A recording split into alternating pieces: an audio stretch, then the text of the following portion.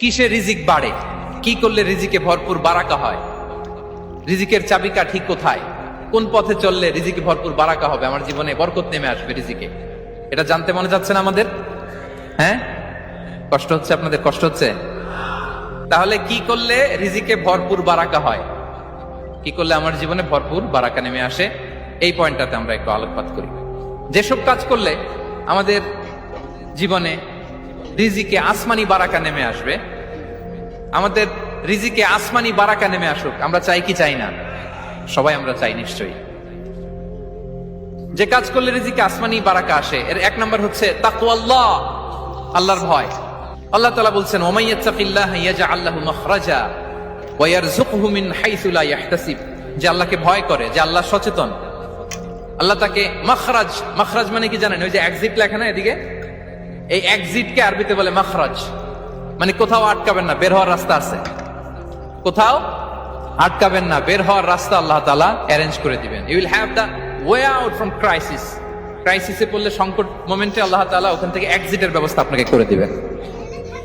ওয়া ইয়ারযুকহু মিন হাইসু লা ইয়াহতাসিব, এমন জায়গা থেকে আল্লাহ তাআলা রিজিকের ব্যবস্থা করবেন যে সে কল্পনাও করে নাই।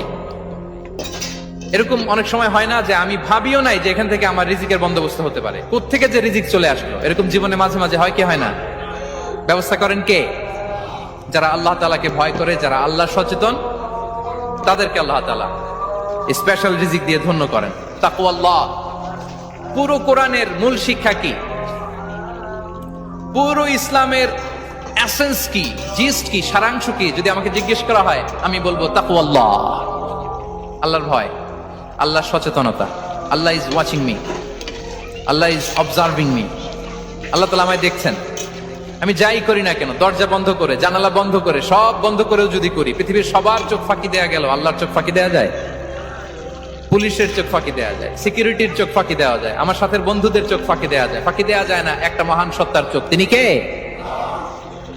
এই যে সেন্সেশন, অনুভূতি, দিস ইজ তাকওয়া।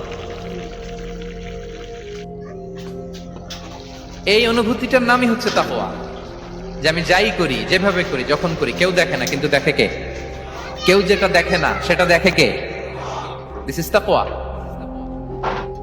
এই তাকওয়ার চর্চা যার মধ্যে আছে, তার রিজিকে বারাকা নেমে আসবে। আমরা যেন তাকওয়ার চর্চা করি, আমাদের ছেলে মেয়েদের জন্য এটা শেখাই যে কেউ দেখে না বাবা, কিন্তু আল্লাহ দেখে।